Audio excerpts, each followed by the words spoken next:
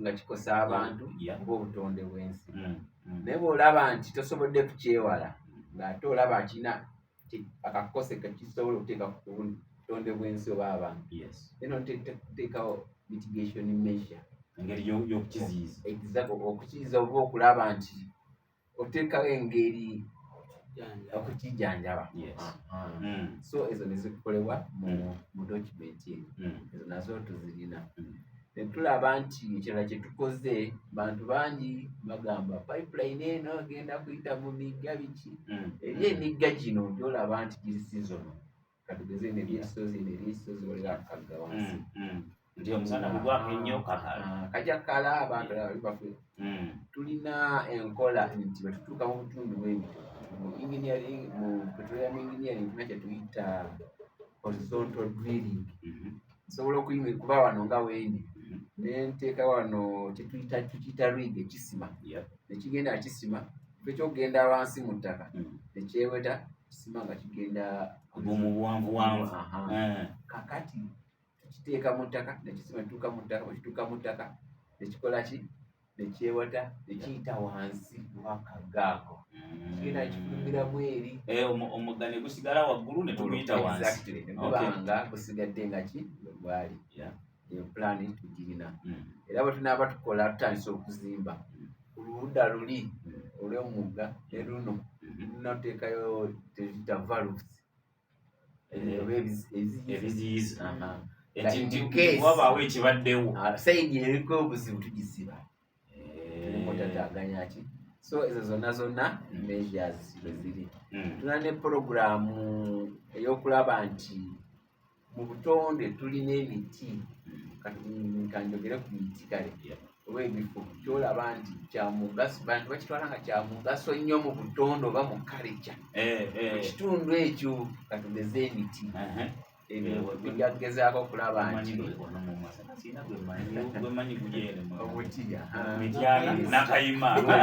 abituuka ku nakayima oyo tumakinga sure nga tukola bypass diversion. Makyaze kubanga guli mu koido yaffe tugulekawo. Naye bwe kiba nti tetulina ngeri gye tugwewala, kuba era olaba nga gulimu anga tosobola gwewala, then tulina okuba nti tusooka kufuna lukusa okuva mu ministry ezikwatibwako nga agenda, ne batuwa amagezi tukoze tutya either okuguzza ebbali oba okugusengulawo oba okusimbawo omulala. Kati oteeberanga mu nakayima oba ogenda kusimba ddi omuti ogufa naye eriyo emiti ngezaako kati egy'okusimba emiti nga katugeza abantu banogako eddagala ngezaako okulaba nti oba mugyewo guno ali musimba emirala society. Tekijwa nti tekijja tataaganya abantu ne environment. Ekirala tulina porogulaamu nti tujja kukolagana n'abantu ba bulijjo tulabe nti munaye tuwa ku bantu n'emiti okusimba egy'obwiri.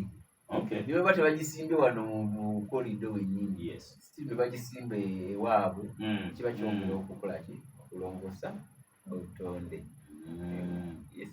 Omanyi obeta olina kewayogedde kali aka mita zina 30. Pipeline egenda twalako mmeka obugazi twalako inchi mmeka 24 ku mita 3. oba omanyi akapiira ka gaali olupanga lw'eggaali olwo bwetyo bwegenda okwenkana kati kubamu mita 3. Kati ndaba wasigalayo sayidi yayo eya kkono n'eya ddyo wasigalayo oluguudo oluyitamu sino track bulungi, naye ate era ne wasigalayo era paati endala. Kati obeta ntunulira paati eyo lwaki temugisimbamu emiti okuva emutukula mpaka pipe gyefubutuka awo nanga musimbyewo emiti. Ettaka eyo twalisaba olaba bwe mukola akabira linear forest, the longest forest, naye emiranda gizo tataaganya pipeline. Ate ekyokubiri otulina okulaba nti eri ebigwata ebiraze osanga nga wabaddewo obuzibu nga bwetaaga maintenance kuruga okujja tejja okujja era ejja kwejja kwesa those small access roads. So otuteekamu emiti bijja tateeganya processes maintenance n'access naye still ettaka eryo tulina omugaso mulala gwe tulaba nti tusobola olikozesa nga gavumenti yaffe tulaba nti kiganula abantu. Nze tulinamu pulaani eraba nti ku ttaka eryo lyennyini tusobola oteekako pipeline ya gaasi. Yes. Tanzania erina gaasi mungi, natural gaasi. Amafuta nga tugatwala eri nga pipe evaayo ereeta gaasi.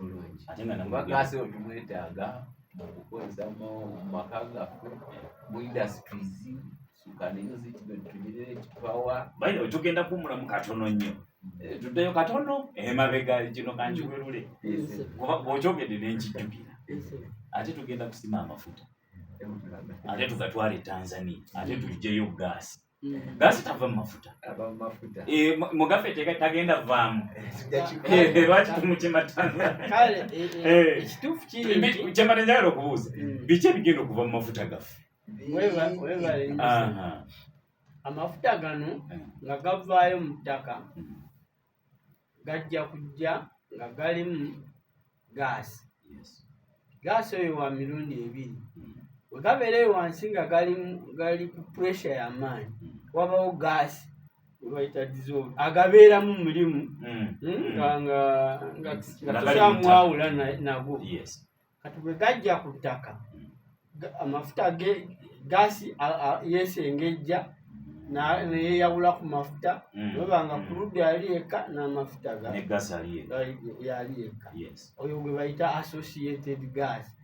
Tajja n'amafuta. Then waliwo ebitundu ebimu nga amafuta ne gaasi byombi weebiri nga waggulu w'amafuta ago bwe gakoma levo yaago waggulu waago waliyo amafuta manya waliyo gaasi. Kati gaasi oyo olumu naye tusobola omuggyayo netumukozesa kisinzira tekinologi gwe tugenda kubanga olumu tekinologi tatukkiriza kuggyayo nnyo gaasi leeyo kubanga eyambako okumaintaininga pressures muli zava. Naye ono associated gas yo agiramu. Kati associated gas oyo obungi bwe bukyuka okusinziira ekifo n'okusinziira obudde ki bwe muzze musima. Amafuta agasooka gayinza okujja ne gaasi oyo mungi naye bwe mugenda muggyayo oluvannyuma obungi bwe bugenda bukola ki bukendeera. N'olwekyo gaasi tujja kuba naye nga ajja kuba nga levo ze zikyukakyuka era obungi bwe bujja kuba nga tebuli constant. Nekibanga mu kaseera bannayuganda bonna nga ffenna bwe tulafubanira okukozesa ebintu ebitakontana na butonde bwansi. Kiseera bwe tutunula mu maaso tulaba nga obungi bwa gaasi bujja okuba nga twetaaga okukozesa awaka ne mu makolero amanene ng'ago agasaanuusa eza kopa agasaanuusa iron. Tujja kubanga gaasi tusuubira nti tujja mwetaaga mu bungi obusinga ku ono gwe tugenda okukola.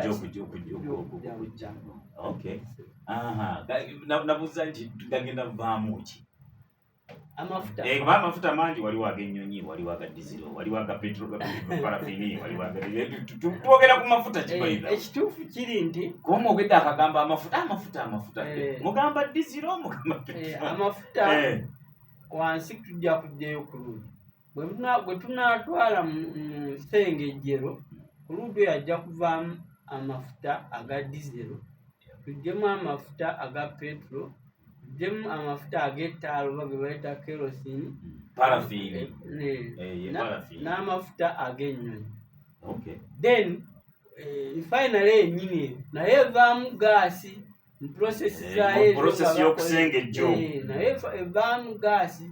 Kati gaasi anaava mu refinery omu bajjamu kozesa okukola amasannyalaze then anaafikawo naye ajja kubanga ajoining yeegatta ku ono gaasi omulala gwe tukolasi gwe tugenda obanga olwedde tufunye okuva eri wansi. Wampuliriza oli ku radio budde ey'omuntu wa bulijjo tugenda kuwumulamu katono nnyo ate bwe tukomawo tujja kutandikira we tukomye tuvaawo. ddala okusinga bwe kubadde. Biki ebikoleddwa okulaba nti ekyo kivaamu bulungi mu communities zino zonna right okuviira ddala eri mpaka Rakai? Project ngeri gye twagitunuuliramu ku stage eno gye tubaddeko twatunuulira nnyo impact za displacement oba okusengulwa kw'abantu ng'ensonga enkulu ennyo. Wadde nga abantu tubawa ssente naye twabasanga bateredde entende, baali tebali mu katale nti batunda. Ffe twajja olw'ensonga ze twajja nazo ne tubasaba gavumenti ekozese ettaka ku lwa pulojekiti egatta bannayuganda bonna, era nabo ne baba abalungi ne bakkiriza. Naye nga tetunnatandika twatula wansi ne tudesigninga oba ne tuteeka mu nkola gye bayita resettlement action plan. Settlement action plan eyo yatunuulira ebintu bingi.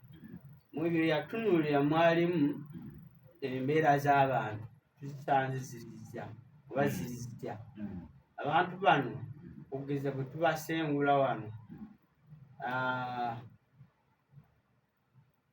banaayanguyirwa okugenda mu bitundu ebirinaanyeewo ne basengamu. Gye banaasenga wali amasomero ne banaatwala abaana ne batunuulira embeera z'abantu ne bakola puroguramu nga egendererwa okusooka byonna okuwa abantu omuwendo ogwogusaanidde, okubasasula sente eziyitamu ku ezo olw'okubataataaganya, then n'okulaba nga ensonga zaabwe zonna okuva ku mutendera ogusooka gwe twatandikiraku paka ne we tuli kati, ensonga zaabwe ziwulirizibwa. Ziwulirizibwa era ne tuteekawo engeri oba mechanism ensonga zonna ze tuzikwatamu. Buli nsonga ejja tugiwandiika neyita mu mitendera paka nannyini waayo we tunyonyola wakkiriza, neyo ne tugiclosinga. Mu maaso eyo bwaddamu neerowooza n'agigulawo tuddamu ne tugiriopeni nga ne tuseekawo embeera ekiba nti tetubasanze busanzi ne tubakaka, ekiba nga tutambulira wamu nabo. Ekirala nti twatunuulira nti abantu bano bali mu biti bingi. Eri abantu nga ettaka lyetutte abadde alimirawo bulimizi, ne wabawo omuntu nga tututte amaka ge nga wabadde n'abantu be. Tetutunula ne tugamba abantu nga bano osobola omuwa sente ozimayini sitaani nezigalangatana n'otanga alina ennyumba ye etudde endende nebigwa nga ennyumba tezzeewo. Tetuteekawo enkola nti abantu ng'abo singa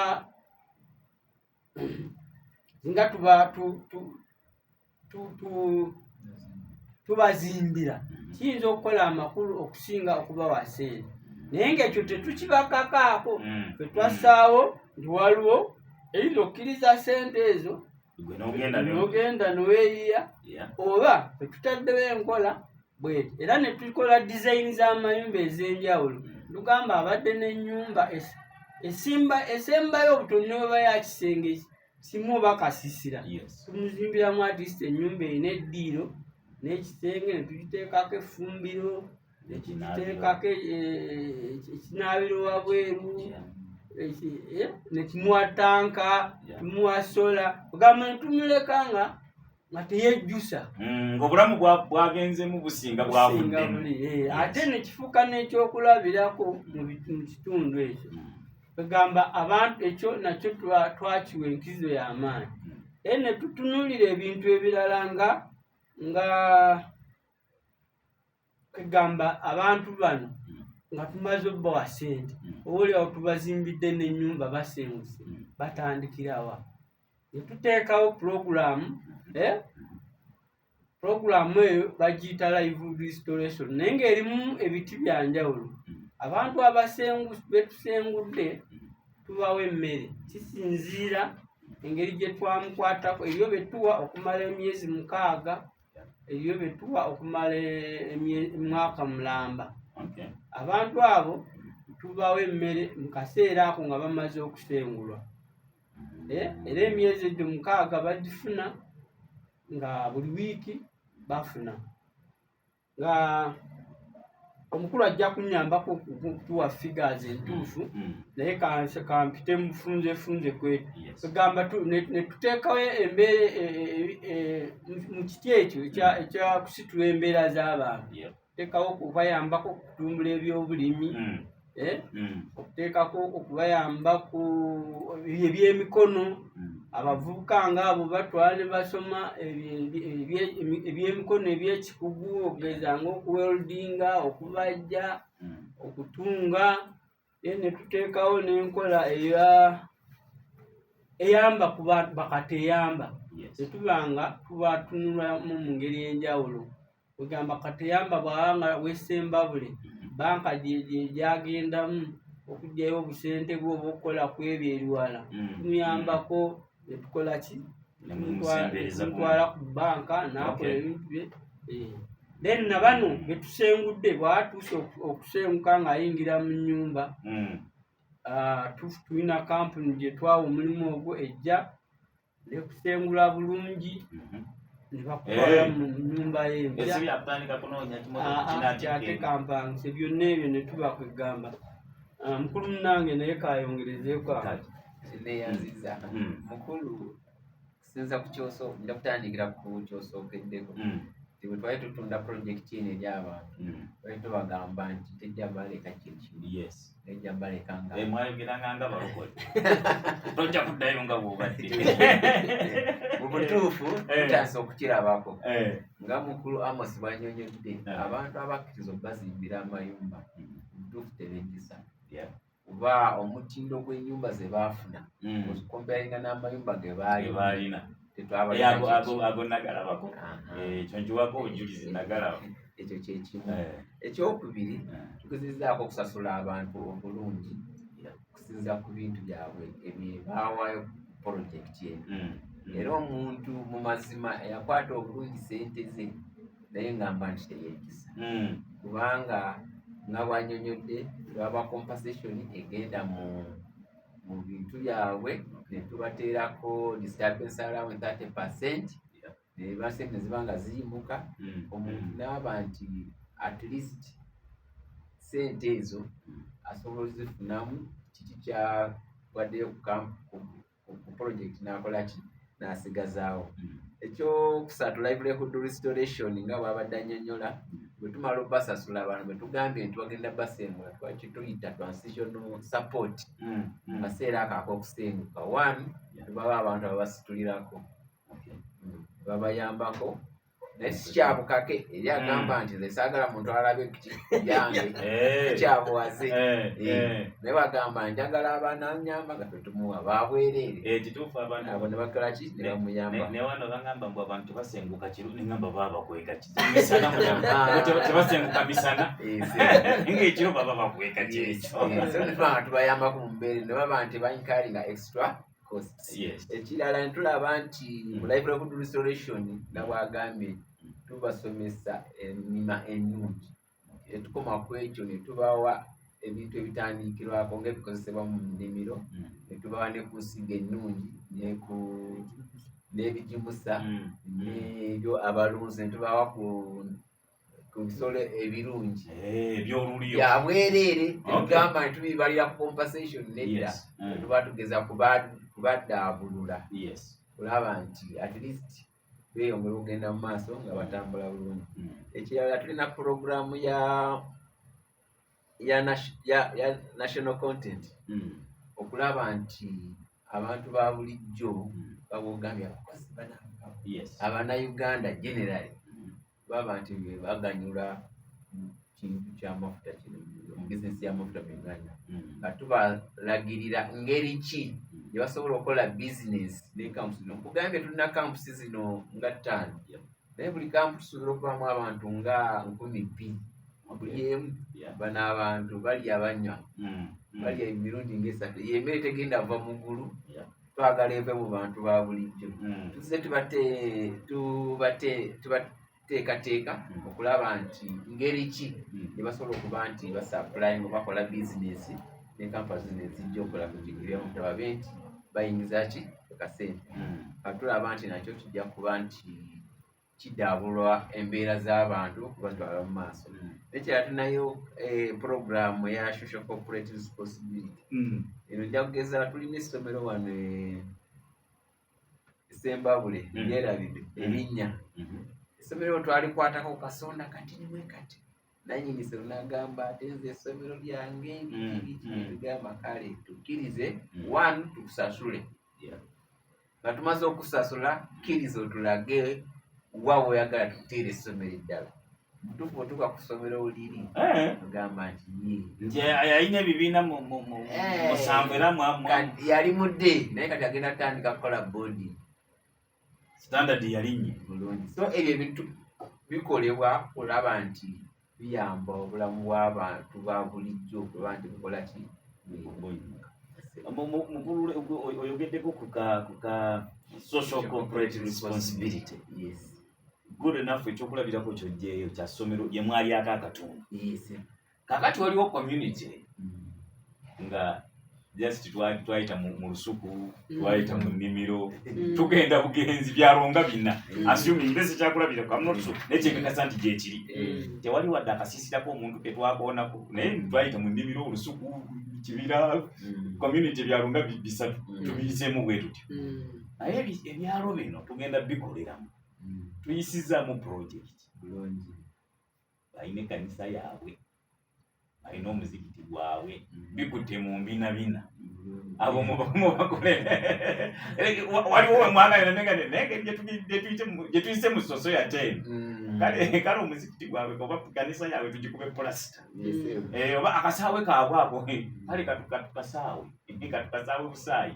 ebyo bikoleddwa lwaki nkibuuzizza nakibuuza ne lulono lule mulina kyekubiira natuuka awantu eri ssebo nina ne bwe mbadde ngamba onemugamba mweno muli ku birooto byammwe muloota byamafuta bali abasajja nalaba amazzi nendaba ebintu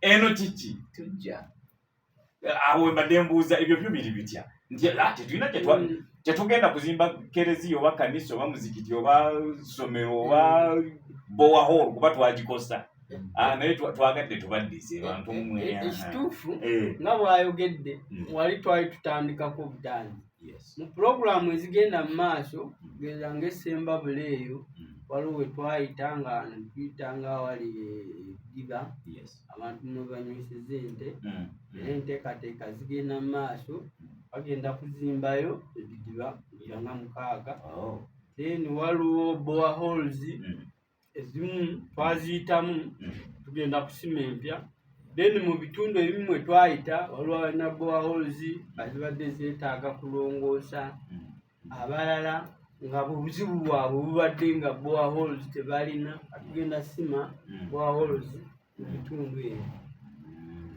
naye okwongera kwako ekintu kino ekya social corporate responsibility njagala abantu bakitegeere bulungi sikyateeka sikyabuwaze exactly kisinzira ku nkolagana ennungi abantu gye balaze companies ezize nezikolera emirimu mu kitundu so kwano ngamba nti bawagire emirimu gino egy'amafuta enkolagana bweba nnungi n'abali abakoleddemu emirimu egyo basobola okubaddizaako kakandi oli ku radio buddu eyo omuntu wa bulijjo ampuliriza webale kubanga ogoberera kikasa tuzizibulayo okuweresaawo emu ey'obweggulo nga tetunagenda ku kirala kambuuze kano omanye ebintu by'amafuta bino mwagenda ne mubifuulanga bano aba security tebakubulira nti bwe tugenda kuleeta tanka 8 okuva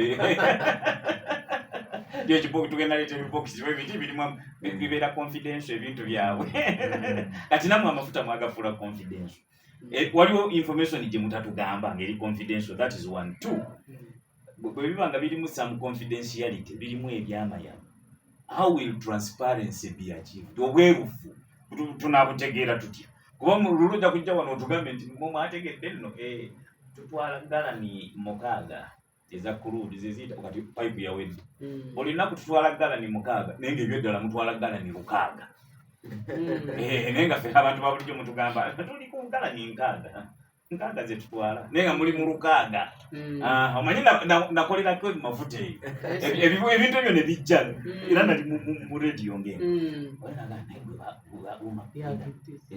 nanda motoka bikirireyo nga byetise nabivaayo nga byetise biba byetise eki nimugamba nange simanyi olowooza abasajja bana amafuta tebatandika dde okugasima kati confidentiality ne transparency binatambula bitya kituufu nnyo obwerufu bwetaagisibwa era nga gavumenti oba nga minisitule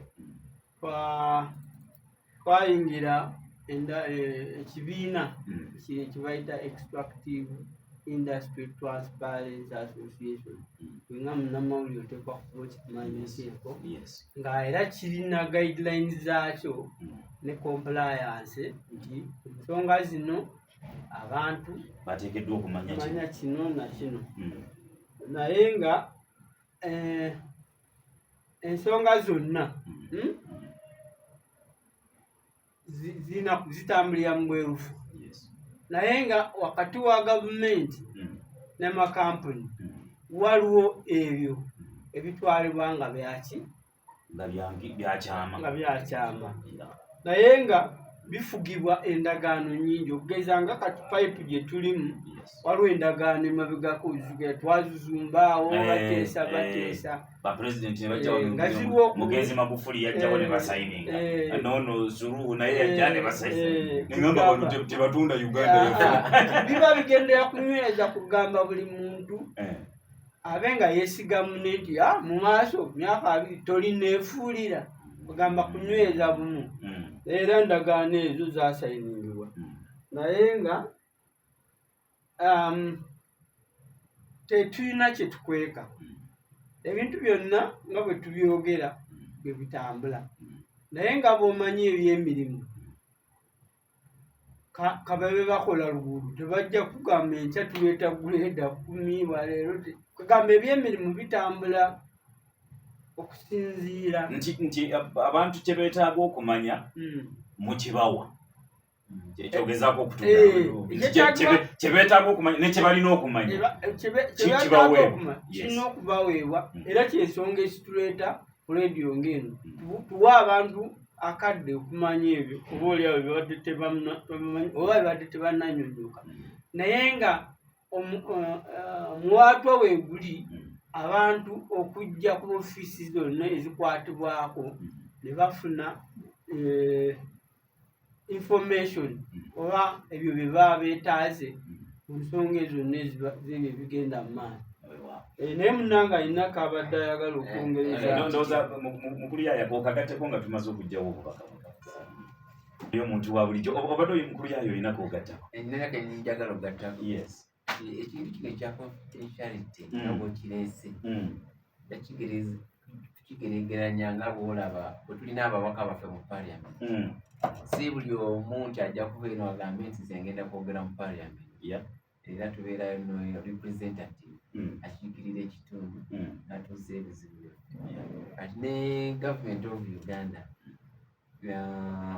amafuta gano ga gavumenti kati erina kampani zekolagana nago okulaba nti egajjayo egafunemu nti sente information gyobadde mwogerako mu mwami Amos byabadde akunyonyola endagaano zebadde bakola tulina institutions oba ebitongole ebikiikirira gavumenti nja kugerezaako nga Petroleum Authority of Uganda etubeera ne Uganda National Oil Company ne Ministry of Energy information eno yonna yeetaagisa mu bwerufu bwayo imanyikidda between institutions zino ezirepresentinga government ne companies ezikola ki ezigenda okukola emirimu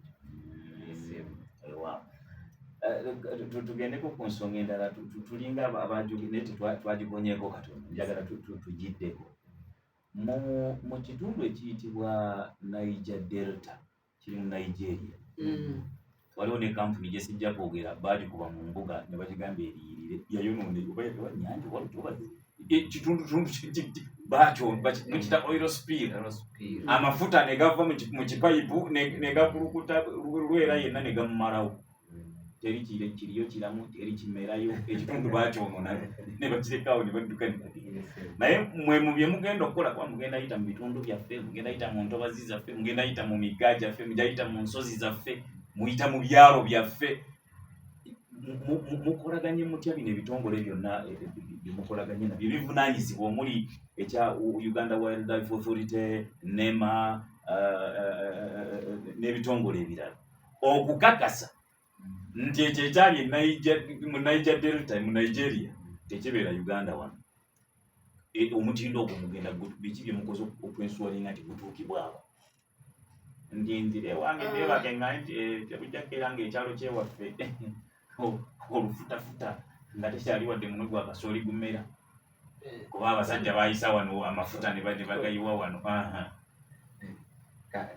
webale nnyo mukama waffe ekintu ekyo kikulu kubanga ebifo byotukoleramu amafuta awo webanga ate bigenda kwonoonebwa tuyinza okukwesanga nga n'ekigendwa ky'ogasimba tukifunye naye ngaffe Uganda tetugezezaako okukola ebintu bingi. One, njagiriza ku pipeline eno kubanga abantu abasinga gye basinga okukola okutya pipeline eno okusooka genda kubeera insulated oba bajagisabike kubanga lwaki tugisabika kika ky'amafuta gye tulina mu Uganda kiri wakise oba gekwata gabanga gali gabanga polish so kitegeeza kisobola gatambuliza mu pipeline so gekigenda kubeera nti gabugumizibwako gaba nti gakola ki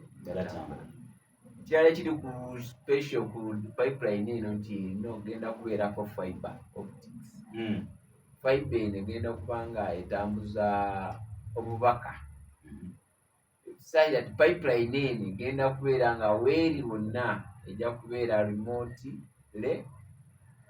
nga monitored nga kusinza ku control center weeri tulaba bulungi kiki ekifa ku pipeline eno. How efficient is that technology by the way? Omanyi ngaje kwezi entalo z'abagunji abayisirayiri n'Abapalestina bazimba ekisenge kyabwe ne bagati oli ne wakisemberera busemberezi mita 3 ne webeera mbwa tuba tugiraba juzi nga musango abahamazi ne nakati namwe temutukola bino pipe tugiraba tugiraba bulungi. Ekyokusatu pipeline eno egenda kubeera mu ttaka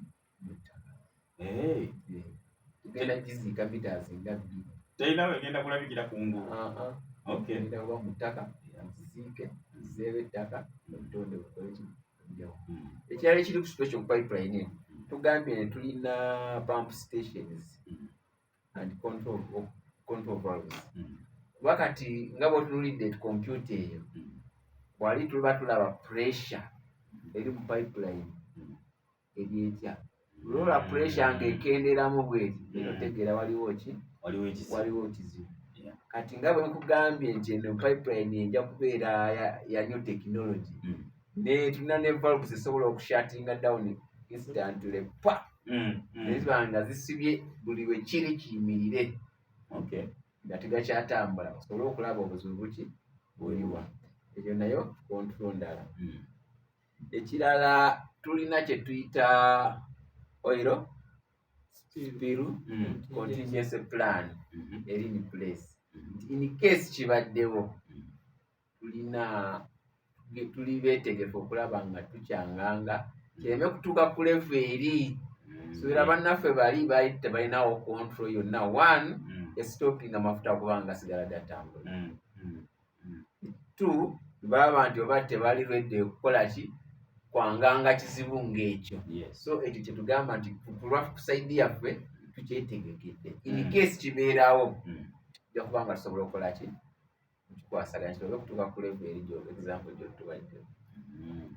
Naye bwe ntunulira bigenda okubeera ku pipe ng'oggyeko amafuta obufuta naye mugitaddeko obungodiira bungi nnyo owenda banti ne bwe muba temukosezza butonde bwa nsi mu mafuta mwali bukosa mu bintu ebirala mugenda mugibugumya mutya amasannyalaze nga mukozesa gaki gana aga hydro oba mugenda teekako solar panels tugenda kwesa agaffe agamwe ge galiwa n'agasola gana aga hydro gatumala bulungi era okujjako saidi eri nasijja gyogerera tutwogera bamanyi design bweri nti balina ebitundu ebitalina amasannyalaze bajja kusobola okukozesa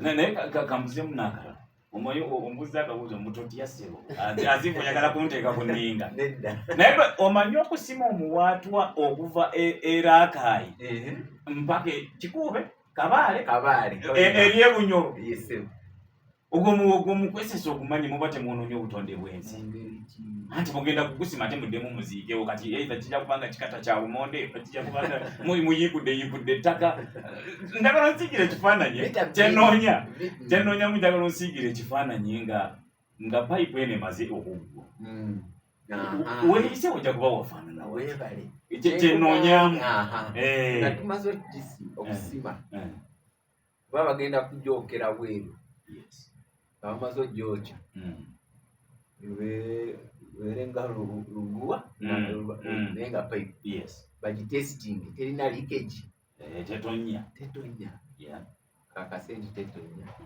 yenyini bagisiimike mu kimu zikeke ettaka jeko bulungi ettaka lino ligenda okusima waggulu lijja kuba liteekebwa mabbali tujye ettaka liriiko linatuuka ku depth yaffe bwe tuba tumaze oziika tusookayo eryasoose wansi netuzzaako lino eryowaggulu tuba tumanyi nti lirimu ensigo lirimu ebijimusa ebirala so that after a short time kaseera kano akayiseewo omuddo guddemu gumere era kino bantu bangi baali bagamba olina omumanyi obukubukubu bwaffe obwo okutwala bamulinaanwa bujja kuddawo bukole abantu abalina omukisa nti yayita mu faamu yaabwe wadde baasasula bajja kuddamu balunde nga toyinza nakutegeera nti wano waliwo payipu bulungi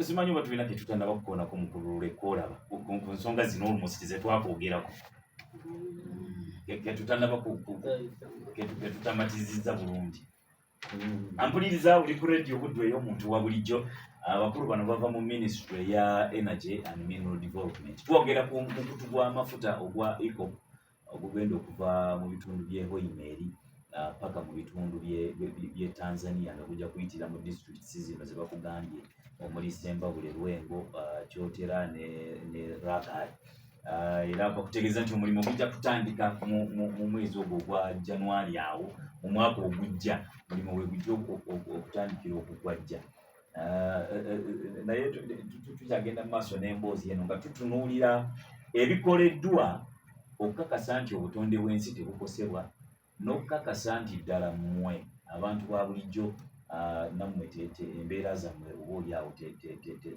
tezikosebwa naye katuddeyo katono nnyo emabega wali we twatandikidde kuba mu nda z'enti byonna tukiri mulaala zino mitaasa saagala tubeeko we tutuuse ndi kati ndese kyakulabirako nti tutuuse kanjogere wala n'okuva wano tebanneekwasa tutuuse Sembabule tuvudde eri yonna buli kimu kiryoke tubadde tutuuka mu faamu ya Lule atandise okwemulugunya ataddewo n'akatebe Lule agamba wano temujja simawo nze saamatira.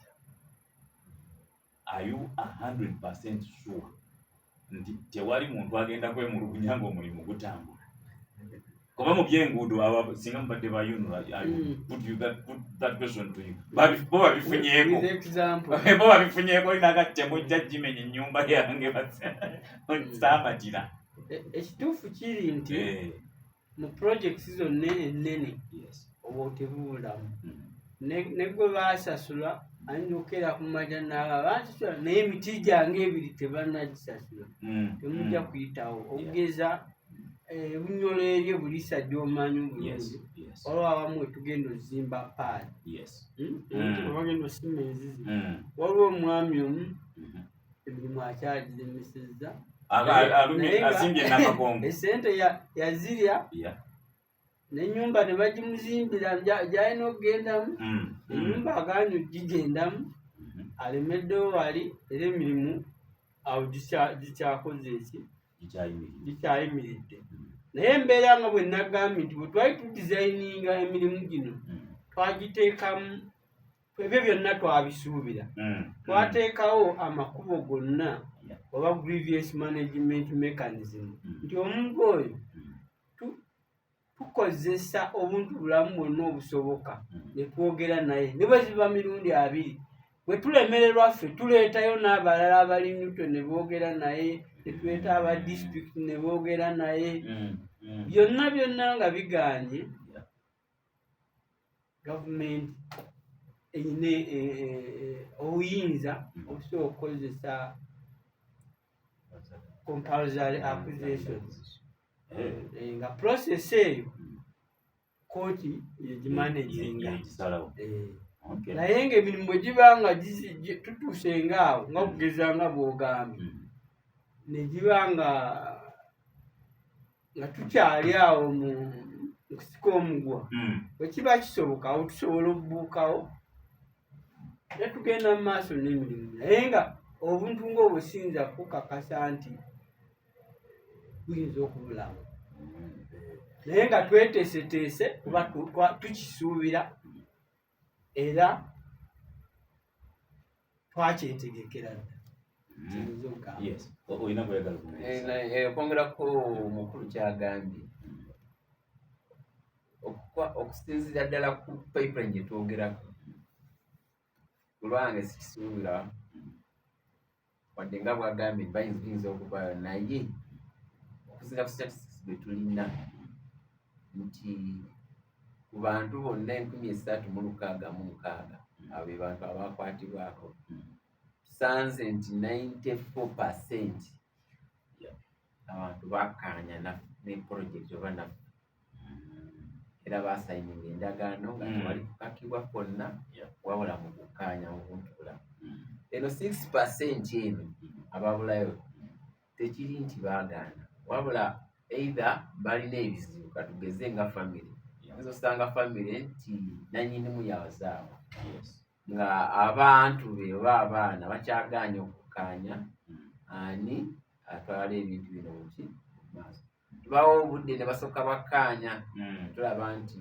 sente tuzikwasa omuntu ki omutuufu etubeera lino bye tuyita absentee paps tulina ebitundu mwattu nga twasangamu ebyapa naye nga abannannyini byapa ebyo tebakyalabika tugezezzaako n'okubiranga mu mawulire baveeyo tebanavaayo so I'm account for the 6%. Tekiraga nti ki baagaana n'abalala nga katugeze balina enkaayana ziri mu kooti nsanga nga giri mu kooti oli agamba wange nze ngamba musyawo wange agamba nedda wange tubawo obudde kooti esalewo watuwa omuntu omutuufu so kisinziira project ekutte etya abantu ba bulijjo naye mu kino waliwo kyomubuuza nti munyake mwagala oyisa mubatiisa bampisewo n'omuntu wange 3 akasooka empulizaganya wakati waffe n'abantu ba bulijjo oba ne abantu abakosebwa amakulu emukuzo yeeno gye tuliko tubadde beerufu nga tujja ne tulaba nti abantu bawa information wajja tuvudde wawe tutuuse ki kyetusuubira okuzzaako saida tugenda okukola ekintu ekyo nga bamanyi ekyokugeza kale nti tulina kye tuyita regional engagements ezigenda mu maaso twatandikira hoima netuva hoima netujja esembabule ku district level ng'omutuyita badiso ba RDC abakulembeze b'ebitundu abakulembeze abamadiini netubawa information batuyambeko gimeetinga wansi bwe twamalawo ne tukka wansi kumiruka nakati egitatambula mu maaso ekyo kyonna tukikola kulaba nti abantu babeeraawo yaki ekigenda mu maaso ekyokusatu machines okujja security of the pipeline. Kubanga nga bogambye nga mu Nigeria wesanga nti obusubu obwo nga bwotuwadde buyinza okuba bwatuuka olw'ensonga waliwo nakigwanizi eyalowooza nti kasime pipeline eyo ayole amafuta abaayo bagabi osanga nga gamuyinza security of the pipeline is very key. Yes. But security of the pipeline starts with the people. Pipeline wawa we era tubanga tufunye omusoko ogulizaganya nabo tubagamba kino kintu kyaffe owuningi kitwale nti kikyo kya mugaso gy'oli kubanga omugaso gunaava mugenda kuyamba gwe bano bannayuganda bemanyi obulungi banasobola okukola obuvunanyizibwa wadde waliwo security ng'ey'ensi naye tukibateekamu omanyi bw'owuninga ekintu nogamba nti eno rediyo yange good enough muli bamasanyalaze genda obuuza abawumeme nti wamma transformer ezibbibwa zibeera mu nsiko zibeera anti bajja kugamba mu katrading center tuyita ba saboteurs abagezaako kutataaganya emirimu gino kati bwe banga mumulabye tugamba tulopere nga bukyali security nga nina gwenda byakutta ensuuluulu wano ng'asimaasima natuuka ku pipeline siba twamutuuseeko dda. Then also ekisemba kasembayo ye community oba tusinze kutunuulidde nnyo tuyita ba PAPs, people affected by the project. Abantu ne tulowooza nti eriyo abantu pipeline bayita nga bwe wagambye nga boti ba PAP kino bakifunyemu baki. Kati ekintu kino bafuliramu wantu wandi nja kutandika ku infrastructure development singa mufunye omumukisa ne mufuna oluguudo mu kitundu kyammwe luleeteddwa programu eyo terujja kuyitibwamu bantu bakosebwa amafuta bokka wabula buli omu ajja kolaki ajja kuyita. Ekyokubiri kuwedde example y'essomero liri abantu b'ekitundu bonna bajja kuba nga basomesezaamu nti abaana baabwe basobola okuyita. Ekyokusatu Mwami Lula akunnyonnyodde nti Sembabule for example bagenda kuzimba ebidiba ente zinywemu bateekewo nayikondo abantu bafune amazzi amayonjo. Ebyo byonna biyamba ki community. So weesanga nti abantu abamu tebakiraba nti nabo bajja kuganyulwamu ne batanuulira compensation oli gye yafuna yokka nti yatifunamu nedda tuna tukifunamu nga ki abannayuganda.